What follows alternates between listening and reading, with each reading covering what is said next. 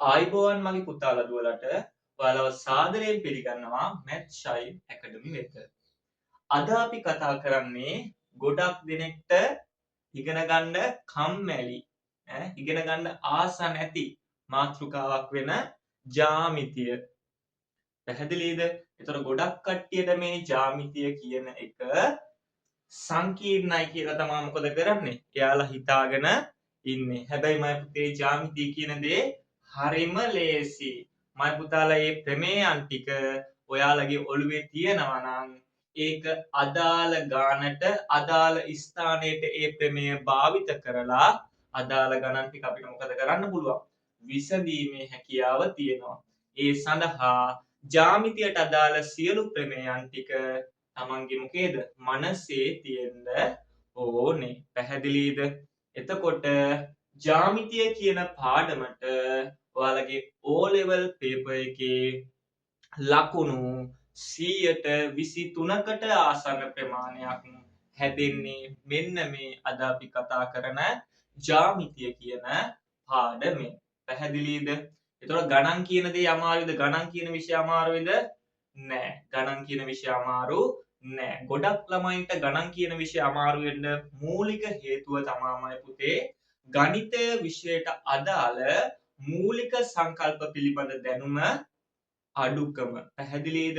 එතකොට මූලික සංකල්ප පුළුවන් නම් ධම්වලේ පුරුක් වගේ ගණන් කියන විෂයේ හැම ගානක්ම අල්ලගන්න පුළුවන්. හැබැයි මම පුතේ මං හැමදාම කියනවා වගේ ඔයාලගේ උනන්දුව කැපවීම අනිවාර්යෙන් ගණිතය ලකුණු වැඩි කර ගැනීමට අත්‍යවශ්‍යයි.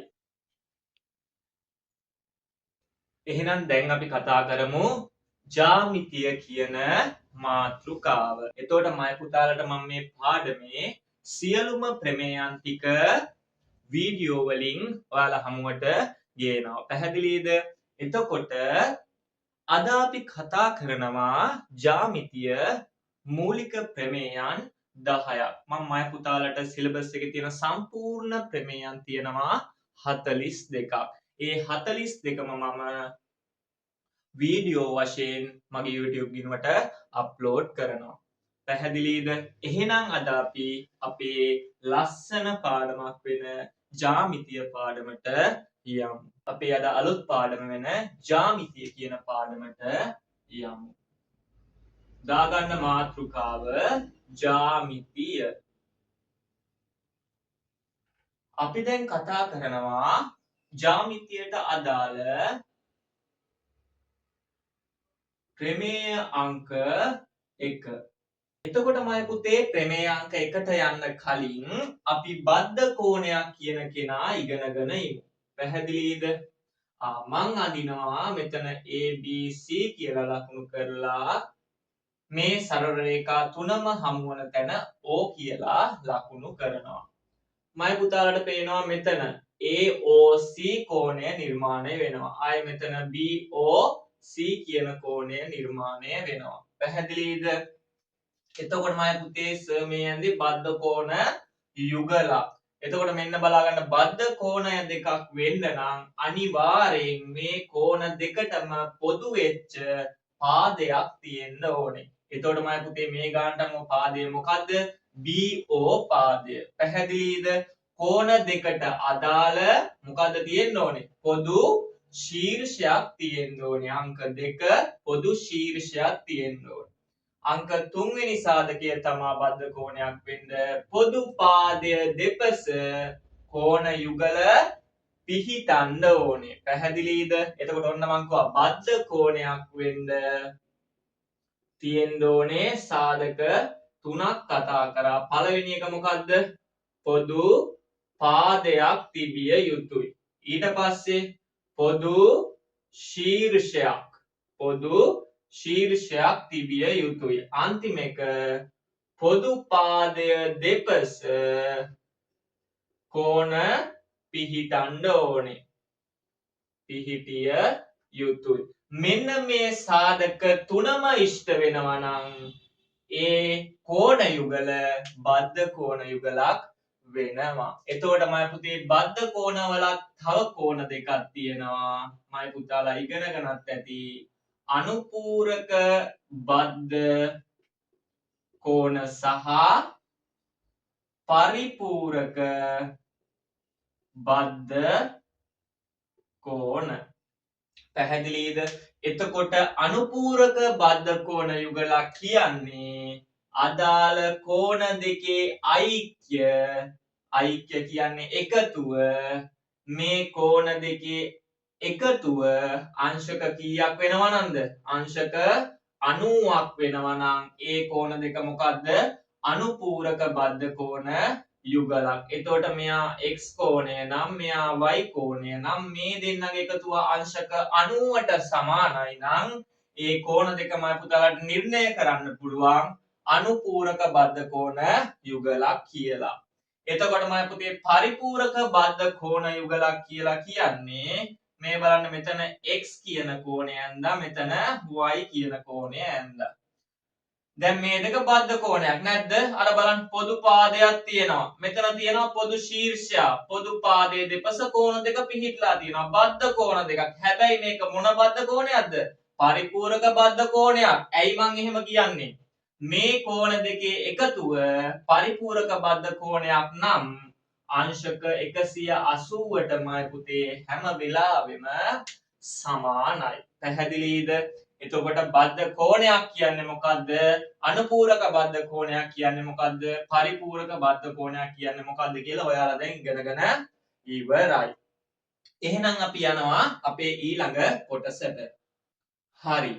දැන් අපි කතා කරනවා ප්‍රමේය අංක 1. මේ බලන්න ස අඳිනවා AB සරල රේඛාව. ඊට පස්සේ මම තව සරල රේඛාවක් අඳිනවා CO කියන සරල රේඛාව. දැන් මම පුතාලට පේනවා මේ සරල රේඛා දෙක ඡේදනය වෙන්නේ මොන ලක්ෂයේද? O ලක්ෂයේ. දැන් ස උගන්ලා තියෙන්නේ මේක බද්ධ කෝණයක් වෙනවද? ඔව් වෙනවා. මොන බද්ධ කෝණයක්ද? පරිපූරක බද්ධ කෝණ යුගලක්. ප්‍රමේය 1 හොඳට අහගන්න. සරල රේඛා දෙකක් එකිනෙක ඡේදනය වීමෙන් සෑදෙන බද්ධ කෝණ දෙකේ ඓක්‍ය ඍජු කෝණ දෙකකට නැත්නම් අංශක 180කට සමාන වේ. එතකොට මෙන්න මේ කෝණය අපි ප්‍රකාශ කරන්නේ කොහොමද? AOC කියලා. AOC කෝණය ධන COB නැත්නම් BOC කෝණය සමානයි ඍජු කෝණ දෙකක්. ඒ කියන්නේ අංශක 90 ඒවා කීයක්ද? දෙකක්. ඒ කියන්නේ කීයක්ද? අංශක 180කට සමාන වේ. ඔය තමයි අපේ පළවෙනි ප්‍රමේය. සර්ට් එක කියන්නේ මොකද්ද? සරල රේඛාවක් එකිනෙක ඡේදනය වීමෙන් සෑදෙන බද්ධ කෝණ දෙකේ එකතුව අංශක 180ට හෙවත් ඍජු කෝණ දෙකකට සමාන වේ.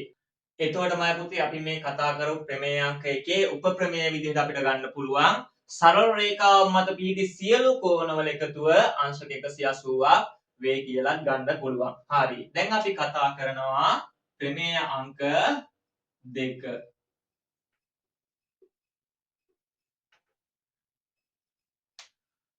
ප්‍රමේය අංක 2දී අපි කතා කරන්නේ මම පුතේ මේ බලා ගන්න ස අඳිනවා ABC මොකද්ද මේ යන්නේ? ත්‍රිකෝණයක්. මම පුතාලා දැන් දන්න ඇති. මේකේ මම ලකුණු කරනවා x කෝණය, y කෝණය සහ z කෝණය. පැහැදිලිද? ත්‍රිකෝණයකට කෝණ කීයක් තියෙනවද? 10ක් තියෙනවද? නෑ. කෝණ කීයක්ද තියෙන්නේ ත්‍රිකෝණයකට? කෝණ 3ක් තමා තියෙන්නේ. ත්‍රිකෝණයක අභ්‍යන්තර කෝණ මේවානේ අභ්‍යන්තර කෝණ. අභ්‍යන්තර කියන්නේ ත්‍රිකෝණයේ ඇතුලේ තියෙන හින්දා අභ්‍යන්තර කෝණ තුනේ එකතුව අංශක 180ක් වෙනවාමයි පුතේ. පැහැදිලිද? ත්‍රිකෝණයක අභ්‍යන්තර කෝණ තුනේ එකතුව අංශක කීයක්ද වෙන්නේ? අංශක 180කට සමාන වෙනවා. අපිට එතකොට මේක ලියන්න පුළුවන් මේ කෝණය අපිට කියන්න පුළුවන් කෙලින්ම x කියලා කියන්න පුළුවන්. අංශක x කෝණය ධන අංශක y කෝණය ධන අංශක z කෝණය සමානයි අංශක 180යි කියලා අපිට ගන්න පුළුවන්. එතකොට ප්‍රමේය අංක 2 කතා කරලා ඉවරයි. මොකද්ද මයි පුතේ? ත්‍රිකෝණයක අභ්‍යන්තර කෝණ තුනේ එකතුව අංශක 180ක් වේ.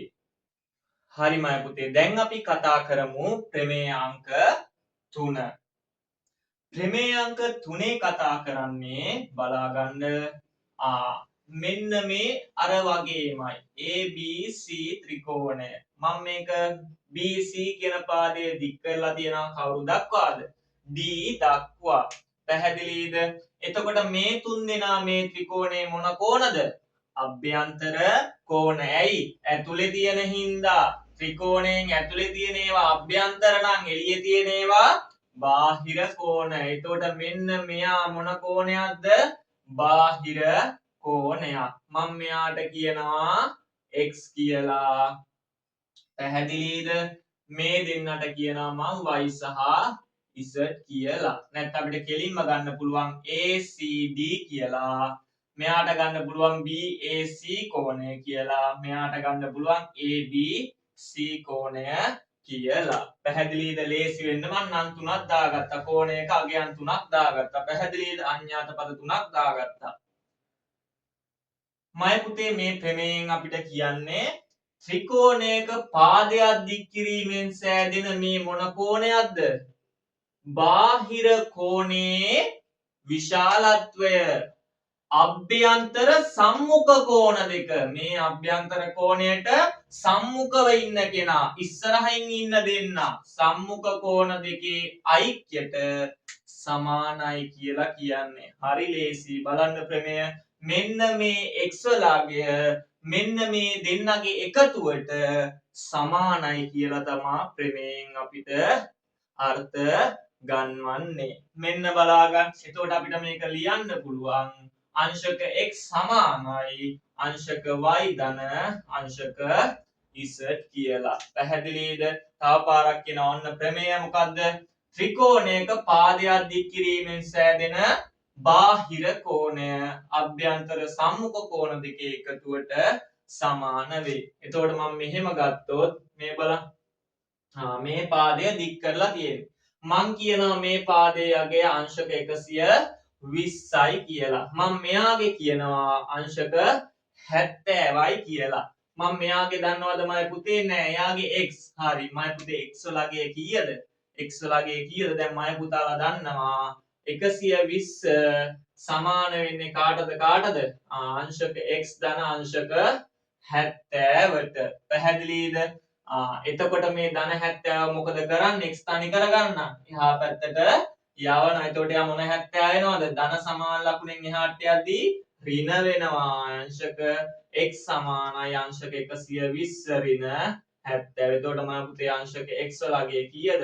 අංශක 50යි. එතකොට මෙයාගේ උත්තරේ කීයද? අංශක 50යි. ඇත්තනේ කියන්නේ මේ බලන්න 70යි 50යි 120යි. බලන්න හරි ලස්සනයිනේ.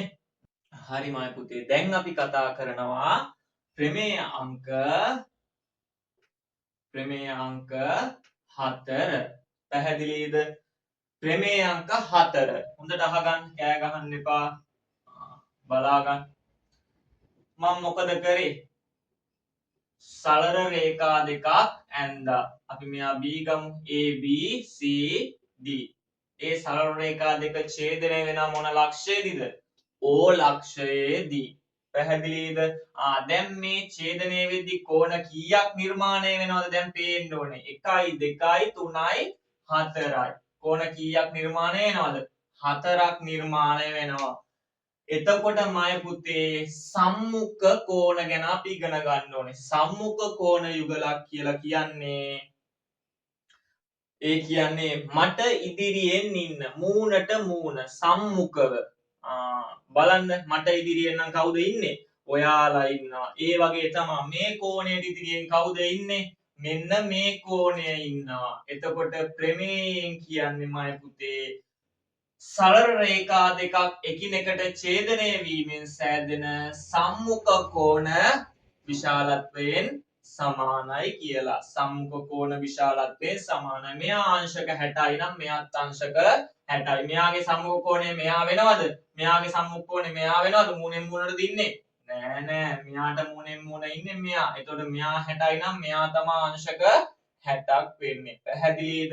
එතකොට මෙයාට ප්‍රතිමුඛ කෝණය කවුද? මෙන්න මේ කෝණය. මෙන්න මේ කෝණය සමානයි මෙන්න මේ කෝණයට. පැහැදිලිද? එතකොට අපි මේක ලියන්නේ කොහොමද? පළවෙනි එක ලියමු. AOC කෝණය සමානයි එයාට සමාන කවුද? BOD කෝණය. BOD කෝණය. පැහැදිලිද? ඒ විදිහට අරකට ලියමු අපි. AOD ට සමානයි කවුද? BOC කෝණය. BOC කෝණය. එතකොට අපි ප්‍රමේය අංක 4 ඉගෙනගෙන ඉවරයි. පැහැදිලිද? ප්‍රමේය අංක 4 මොකද්ද කියන්නේ? සරල රේඛා දෙකක් එකිනෙකට ඡේදනය වීමෙන් සෑදෙන ප්‍රතිමුඛ කෝණ විශාලත්වයෙන් සමානයි. පැහැදිලිද? හරි මයි පුතේ. දැන් අපි කතා කරනවා ප්‍රමේය අංක 5.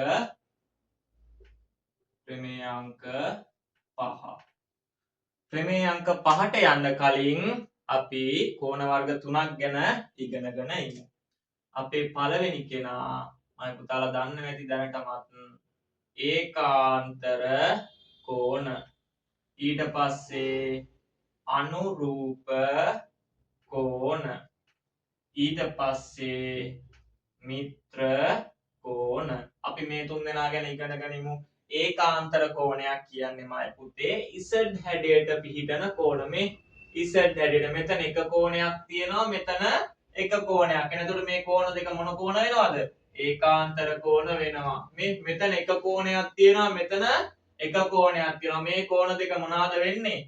ඒකාන්තර කෝණ යුගලක් වෙනවා. එතකොට Z හැඩයට පිහිටන්නා වූ කෝණ ඒකාන්තර කෝණ ලෙස හැඳින්වෙනවා. අනුරූප කෝණ. බලන්න සර් මේ අඳින අකුර දන්නවද කියලා?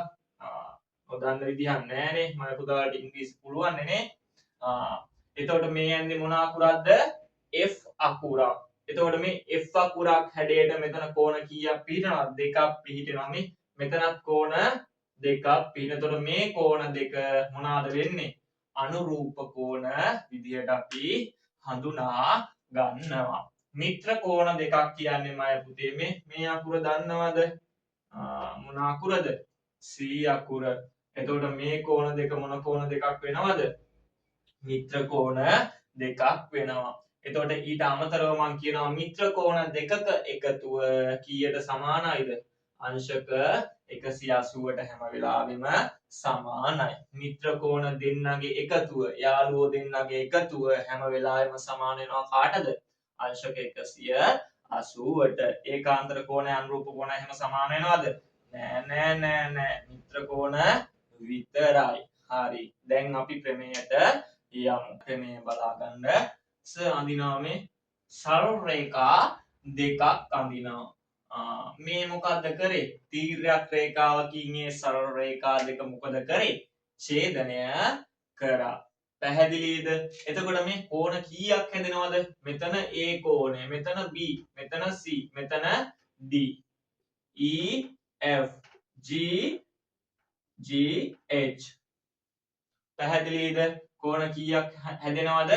මෙතන 4යි මෙතන 4යි කෝණ 8ක් හැදුනා. ඔන්න කියනවා දැන් සර් කියපු ඒවා අඳුන ගන්න ඕනේ. සරල රේඛාවක් තීර්යක් රේඛාවෙන් මොකද වෙලා තියෙන්නේ? ඡේදනය වෙලා. බලා ගන්න මේකේ ඒකාන්තර කෝණ හොයමු. Z හැඩයේ කෝණ මේ පේනවද? Z හැඩයේ කෝණ C සහ F. ඒකාන්තර කෝණ කියලා ලියමු අපි. ඒකාන්තර කෝණ කවුද? C සමානයි F. ඒකාන්තර කෝණ සමාන නම් ප්‍රමේය කතා කරන්නේ ඒකාන්තර කෝණ සමාන C සමානයි F නම් අය මට කියන්න ඒකාන්තර කෝණයක් D සමානයි E නම් D සමානයි E නම් පළවෙනි එක කතා කරා සරල රේඛා දෙකක් තීර්යක් රේඛාවකින් ඡේදනය වීමෙන් සෑදෙන ඒකාන්තර කෝණ මොනවාද? සමාන නම්. ඊළඟ එක අපි මොන කෝණද කතා කරේ? අනුරූප කෝණ. අනුරූප කෝණ සමාන නම් අනුරූප කෝණ හොයමු. F හැඩේ මේ බලන්න පේනවාද කියලා මේ මෙතන F අකුරක් පේනවද? මේ කෝණයයි මේ කෝණයයි මේ අතට F තියෙනවා. දැක්කද? එතකොට මේ C සහ කවුද ඉන්නේ? G ඉන්නවා. C සහ G. C සමානයි G. අය ඊට උදාහරණයක් තියෙනවානේ. A සමානයි E. A සමානයි E. මේ පැත්තේ ඉන්නවා බලන්න. D සමානයි H. D සමානයි කවුද? D සමානයි H. F සමානයි B. F සමානයි කවුද? B. පැහැදිලිද? F සමානයි B. F සමානයි B. අහගන්න. දෙවෙනි එක අනුරූප කෝණ සමාන නම්. අන්තිම එකේනා මිත්‍ර කෝණ යුගලේ එකතුව කීයට සමානයි කියලාද කිව්වේ? අංශක 180ක් නම්. මතකද කිව්වා මිත්‍ර කෝණ දෙන්න කවුද? C E D F. C ධන E ගේ එකතුව කීයද? අංශක 180ක් නම්. D ධන F ගේ එකතුව අංශක 180ක් නම් මෙන්න මේ කියන සරල රේඛා දෙක මොනයිද? සමාන්තරයි. පැහැදිලිනේ ප්‍රමේය? ප්‍රමේයන් කියන්නේ සරල රේඛා දෙකක් තීර්යක රේඛාවකින් ඡේදනය වීමෙන් සෑදෙන ඒකාන්තර කෝණ සමාන වෙනවා නම් අනුරූප කෝණ සමාන වෙනවා නම් මිත්‍ර කෝණ දෙකේ එකතුව අංශක 180ක් වෙනවා නම් මෙන්න මේ කියන සරල රේඛා දෙක එකිනෙකට සමාන්තරයි. හරි මම පුතේ දැන් අපි කතා කරනවා අපේ ඊළඟ ප්‍රමේය අංක කීයද? 6. ප්‍රමේය අංක 6 කියන්නේ ප්‍රමේය අංක 5 විලෝමයට. ඔන්න බලාගන්න ඒකත් ඒ විදිහමයි. අය අලුතෙන් දෙයක් නෑ ඉගෙන ගන්න. දැන් මේ දෙක කලින් ගානේ නම් සරල රේඛා දෙකක්. දැන් මොන රේඛාද? සමාන්තර සරල රේඛා දෙකක්. සමාන්තර සරල රේඛා දෙක මොකින්ද ඡේදනය වෙලා තියෙන්නේ? තීර්යක රේඛාවෙන් ඡේදනය වෙලා. මෙන්න ප්‍රමේය අහගන්න. සමාන්තර සරල රේඛා දෙකක් තීර්යක රේඛාවකින් ඡේදනය වීමෙන් සෑදෙන ඒකාන්තර කෝණ සමාන වේ. බලන්න පළවෙනි එක ඒකාන්තර කෝණ සමාන වේ. ඊළඟ එක අපි කතා කරේ කවුද? අනුරූප කෝණ සමාන වේ. ඊළඟ කෙනා කවුද? මිත්‍ර කෝණ දෙකේ එකතුව අංශක 180ක් වේ. පැහැදිලිද? ප්‍රමේය අංක 6 කියන්නේ ප්‍රමේය අංක 5 විලෝමය. හොඳට අහගන්න. සමාන්තර සරල රේඛා දෙකක් තීර්යක රේඛාවකින් ඡේදනය වූ විට සෑදෙන ඒකාන්තර කෝණ සමානයි. අනුරූප කෝණ සමානයි. මිත්‍ර කෝණ දෙකේ එකතුව අංශක 180ක් වේ. පැහැදිලිද? තව පාරක් කියමු. ප්‍රමේය අංක 6 කියමු සර්ත් එක්ක. සමාන්තර සරල රේඛා දෙකක් තීර්යක රේඛාවකින් ඡේදනය වීමෙන් සෑදෙන ඒකාන්තර කෝණ සමාන වේ. අනුරූප කෝණ සමාන වේ. මිත්‍ර කෝණ දෙකේ එකතුව අංශක 180ක් වේ. පැහැදිලිද මයි පුතාලට? දැන් අපි කතා කරනවා අපේ ජ්‍යාමිතියට අදාළ ප්‍රමේය අංක කීයද? 7. සර් මෙතන අඳිනවා අස්සන්ට අඳිනවා නේද සර්? මොකක්ද අඳින්නේ? ඍජුකෝණී ත්‍රිකෝණයක්. ඍජුකෝණයට ඉදිරියෙන් තියෙන කෙනාට අපි කියනවා මතක තියාගන්න මෙයාට අපි කියන්නේ කවුරු කියලාද? කර්ණය කියලා. ඍජුකෝණයට ඉදිරියෙන්. පැහැදිලිද? කවුරු කියලාද කියන්නේ? කර්ණය කියලා. සර් මොකද කරන්නේ? මේ කර්ණය මත අඳිනවා මොකද්ද? මොකද්ද මේ? මොකක්ද ඇන්දේ? සමචතුරාස්‍රයක්. කර්ණය මත මොකක්ද ඇන්දේ? සමචතුරාස්‍රයක්. පැහැදිලිද? සර් ඊට පස්සේ මෙතනත් අඳිනවා මොකද්ද? මොකක්ද අඳින්නේ? සමචතුරාස්‍රයක්. ඉතිරි පාදය මතත් අඳිනවා මොකද්ද? මොකක්ද දැන්නේ? සමචතුරාස්‍රයක්. පැහැදිලිද? වැඩි දෙයක් කරේ නැහැ. ඍජු කෝණී ත්‍රිකෝණයක් ගත්තා. ඒකේ පාද සියල්ලගේම යන්න මොකද්ද? සමචතුරාස්‍රයක්. පැහැදිලිද? මෙයාට මම කියනවා AB. මෙයාට කියනවා අපි C කියලා ගමු. ABC. පැහැදිලිද? මෙයාගේ දිග අපි අර්ථ ගන්නනවා. අර්ථ ගන්නට හිතමු කීයයි කියලාද? AB කියලා. මෙයාගේ දිග කීයද? AB. එතකොට අපිට සමචතුරාස්‍රයේ වර්ගඵලය ගන්න පුළුවන් කොහොමද? සමචතුරාස්‍රයේ වර්ගඵලය කියන්නේ මොකද්ද? පාදයක දිගේ වර්ගය. පාදයක දිගේ වර්ගයෙන් තමයි සමචතුරාස්‍රයක වර්ගඵලය අපි හොයන්නේ. එතකොට මෙයාගේ වර්ගඵලය කීයද? AB වල වර්ගය. AB වල වර්ගය. එතකොට මෙයාගේ මය පුතේ BC. මෙයාගේ දිග පාදයක දිග BC ලු. එහෙනම් මෙයාගේ පාදයක දිගේ වර්ගය තමයි වර්ගඵලය හොයන්නේ. BC වල වර්ගය. එතකොට මෙයාගේ දැන් මයි පුතාලට තේරෙනවනේ AC වල වර්ගය. පැහැදිලිද? එතකොට මයි පුතේ පයිතගරස් අයියා කියන්නේ මෙන්න මේ වගේ කතාවක්. හොඳට අහගන්න. ඍජු කෝණී ත්‍රිකෝණයක කර්ණය මත අඳිනු ලබන සමචතුරාස්‍රයේ වර්ගඵලය ත්‍රිකෝණයේ ඉතිරි පාද මත අඳිනු ලබන සමචතුරාස්‍රවල වර්ගඵලයන්ගේ එකතුවට සමාන වේ. පැහැදිලිද? තව පාරක් අහගන්න. ඍජු කෝණී ත්‍රිකෝණයක කර්ණය මත අඳිනු ලබන සමචතුරාස්‍රයේ වර්ගඵලය කියන්නේ AB වල වර්ගඵලය සමාන වෙනවලු ඉතිරි පාද දෙක මත අඳිනු ලබන සමචතුරාස්‍රවල වර්ගඵලයන්ගේ එකතුවට. ඒ කියන්නේ මය පුතේ AB වර්ගය සමාන වෙනවලු BC වර්ගයයි AC වර්ගයයි එකතුවට. එතකොට මේකට කියනවා මය පුතේ පයිතගරස් ප්‍රමේය කියලා. මම හිතනවා මය පුතාලාට පයිතගරස් ප්‍රමේය පැහැදිලි වෙන්න ඇති කියලා. මය පුතේ දැන් අපි කතා කරනවා ප්‍රමේය අංක 8.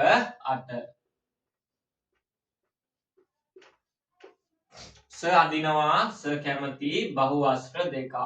මේක මය පුතාලා දන්නවා මොකද්ද? පංචාශ්‍රයක්.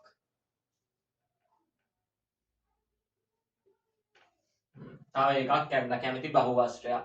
මය පුතේ මේකේ ස කියනවා පාද ගණනට නමක් කියනවා. පාද ගණන කියන්නේ මොකද්ද? n. පාද ගණන සමානයි සිම්පල් n අකුර. පැහැදිලිද? මේක පංචාශ්‍රයක්. පැහැදිලිද?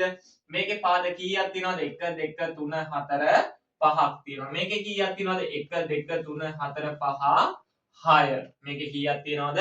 6ක් තියෙනවා. පැහැදිලිද මය පුතාලට?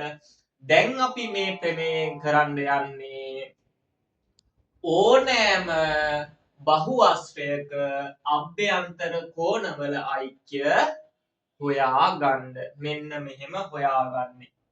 පාද n ගණනක් වන ඕනෑම බහුවස්ත්‍රයක අභ්‍යන්තර කෝණවල විශාලත්වය මෙන්න මේ විදිහට හොයාගන්න පුළුවන්. ඕනෑම බහුවස්ත්‍රයක අභ්‍යන්තර කෝණවල එකතුව ඍජු කෝණ 2n-4ක් වේ. පැහැදිලිද? ඔන්න තව පාරක් කියනවා. පාද n ගණනක් වන ඕනෑම බහුවස්ත්‍රයක අභ්‍යන්තර කෝණවල විශාලත්වය ඍජු කෝණ 2n-4ක් වේ. පැහැදිලිද? එහෙනම් අපි මේ දෙන්නගේ වෙන වෙනම අභ්‍යන්තර කෝණවල විශාලත්වය හොයමු. දැන් මේකේ මම පුතාලා දන්නවා n සමානයි කීයද? 1 2 3 4යි 5යි. මේකේ කීයද n සමානයි කීයද? 6යි. මෙන්න හොයනවා ඍජු කෝණ 2n-4ක් නේ වෙන්නේ. අංශක 90 වෙනස් වෙන්නේ නැහැ. n කීයද? 5යි ඍණ 4යි. අංශක 90 ගුණ වෙනවා දෙවරක් 5 10යි. 10න් 4ක් ගියාම 6යි. පිළිතුර කීයද? අංශක 540යි. මේකේ කෝණ තියෙනවා කීයක් තියෙනවද? කෝණ 5ක් තියෙනවා. මේ කෝණ 5ේම එකතුව අංශක 540යි. පැහැදිලිද? ඊළඟ එකට යනවා. ඒකත් හදමු අපි පුරුදු වෙන්න. මෙතන ඊට මම දෙන්න සර් මෙතෙන්ද ගන්නවා. ඒකෙත් අර විදිහම අංශක 90 2n ඍණ 4ක් වෙනවා කියලානේ කිව්වේ. ඍජු කෝණ 2n ඍණ 4ක් වෙනවා. මේකෙන් සමානයි කීයද? 6යි. පාද කීයද? 6යි. 1 2 3යි 4යි 5යි 6යි. පැහැදිලිද? මෙන්න හොයනවා අංශක 90 වරක් 2 ගුණ කිරීම 6 ඍණ 4. අංශක 90 වරක් 6 වරක් 2 12යි. 12න් 4ක් ගියාම කීයද? 8යි. උත්තරේ කීයද? අංශක 720යි. මේකේ කෝණ කීයක් තියෙනවද? මේ බලන්න කෝණ 6ක් තියෙනවා. මේ කෝණ 6ේම එකතුව කීයද? අංශක 720යි. ප්‍රමේය අංක 8මයි පුතාලට පැහැදිලි කියලා ඇති කියලා මම හිතනවා. සර්ත් එක තව පාරක් කියමු. ප්‍රමේය අංක 8න් කියවෙන්නේ පාද n ගණනක් වන ඕනෑම බහුවස්ත්‍රයක අභ්‍යන්තර කෝණවල විශාලත්වය ඍජු කෝණ 2n ඍණ 4ක් වේ. පැහැදිලිද? දැන් අපි කතා කරනවා ප්‍රමේය අංක 9. බලාගන්න. ප්‍රමේය අංක 9 කියන්නේ මෙන්න මෙහෙම කතාවක්. බලාගන්න. අර විදිහටම මම ගත්ත උදාහරණ දෙකම ගන්නවා.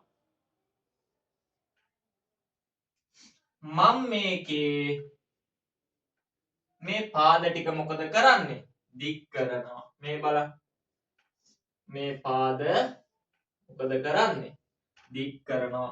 කලින් නම් අපි හෙව්වේ අභ්‍යන්තර කෝණවල විශාලත්වය. දැන් අපි හොයනවා එළියේ ඉන්න කට්ටිය. එළිය කියන්නේ හරි කැතයිනේ. අපි කියන්නේ කවුරු කියලාද? බාහිරින් ඉන්න කට්ටිය. කියන්නේ බාහිර කෝණ ටිකේ විශාලත්වය හොයන්න යන්නේ. බලාගන්න. පාද n ගණනක් වන ඕනෑම බහුවස්ත්‍රයක බාහිර කෝණ ඔක්කොගෙම විශාලත්වය අංශක කීයක් වෙනවද මයි පුතේ? අංශක 360යි. පැහැදිලිද? මෙයා අංශක A, මෙයා අංශක B, මෙයා අංශක C, මෙයා අංශක D, මෙයා අංශක E නම් අංශක A ධන, B ධන, C ධන, D ධන, E ගේ කියන පස් දිනාගම එකතුව සමාන වෙනවා අංශක 360ට. දැන් මෙතනත් අපි හිතමු මෙයා අංශක A, මෙයා අංශක B, මෙයා අංශක C, මෙයා අංශක D, මෙයා E, මෙයා F කියලා. මෙයාගේ කිසි වෙනසක් නැහැ. කොච්චර පාද ගණන වැඩි වුණත් බාහිර කෝණ සියල්ලගේම එකතුව අංශක කීයද? අංශක 360යි.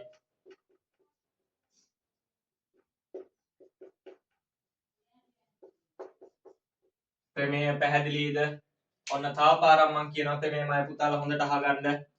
පාද n ගණනක් වන ඕනෑම බහුවස්ත්‍රයක බාහිර කෝණවල විශාලත්වය අංශක 360ක් වේ.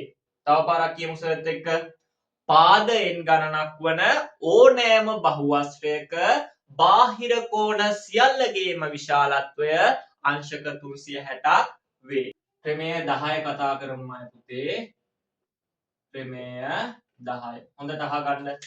ප්‍රමේය 10 දැන් අපි කතා කරන්න යන්නේ.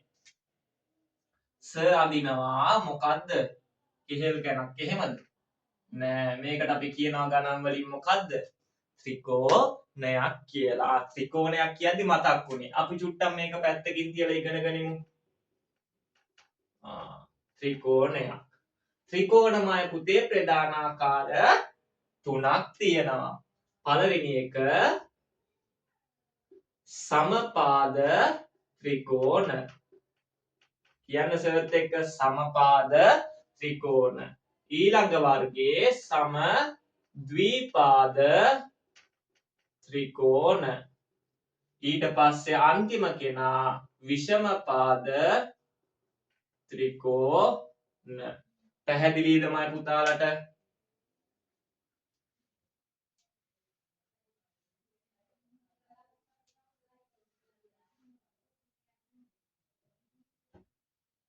හරිමයි පුතේ. සමපාද ත්‍රිකෝණයක් කියන්නේ පාද තුනම දිගින් සමානයි. මේ බලන්න සමපාද. පාද සමානයි. සමපාද ත්‍රිකෝණයක්. බලන්න මාතෘකාවෙම අර්ථය තියෙනවා. මේකෙත් බලන්න සමද්විපාද. ද්විපාද පාද දෙකක් සමානයි නම් ඒක මොකද්ද? සමද්විපාද ත්‍රිකෝණයක්. මේ පාද විෂමයි. ඒ කියන්නේ පාද සමානයිද? නෑ, එකට එකක් වෙනස්. පැහැදිලිද? මේ ත්‍රිකෝණයට අපි කියනවා විෂමපාද ත්‍රිකෝණ. සමපාද ත්‍රිකෝණයක පාද තුනම විශාලත්වයෙන් සමානයි. සමද්විපාද ත්‍රිකෝණයක පාද තුනම දිගින් සමානයි. හරිද? නෑ. අවධානයෙන් ඉන්න කියලා බැලුවේ. සමද්විපාද ත්‍රිකෝණයක පාද දෙකක් තමා සමාන වෙන්නේ. විෂමපාද ත්‍රිකෝණයක පාද තුනම දිගින් අසමානයි. හරි දැන් අපි යනවා ප්‍රමේයට. ස කියනවා ABC ත්‍රිකෝණේ AB පාදය සමානයිලු AC ට. ගානේ තියෙනවා AB සමානයි AC වෙනවා කියලා. එහෙනම් මේක මොන ත්‍රිකෝණයක්ද? සමද්විපාද ත්‍රිකෝණයක්. very good. මේක සමද්විපාද ත්‍රිකෝණයක්. ඔන්න ප්‍රමේය. සමද්විපාද ත්‍රිකෝණයක සමාන පාදවලට ඉදිරියෙන් තියෙන මෙයාට ඉදිරියෙන් තියෙන්නේ කවුද? මෙන්න මේ කෝණය. මෙයාට ඉදිරියෙන් තියෙන්නේ මෙන්න මේ කෝණය. සමාන පාදවලට ඉදිරියෙන් තියෙන කෝණද විශාලත්වයෙන් සමානයි. පැහැදිලිද? ඔන්න සර්ත් එක කියමු. සමද්විපාද ත්‍රිකෝණයක සමාන පාදවලට ඉදිරියෙන් තියෙන කෝණද විශාලත්වයෙන් සමානයි. AB සමානයි AC වෙනවා නම් ABC කෝණය සමාන වෙනවා ACB කෝණයට. පැහැදිලිද? ඒ කියන්නේ මෙයා 70යි නම් මෙයාත් 70යි. මෙයා 40යි නම් මෙයාත් 40යි. හැබැයි එහෙම වෙන්නේ මෙන්න මේ පාද දෙක සමාන වෙලා තිබ්බොත් විතරයි. මම පුතාලට ප්‍රමේය අංක 10 පැහැදිලිද? සර්ත් එක තව පාරක් කියමු.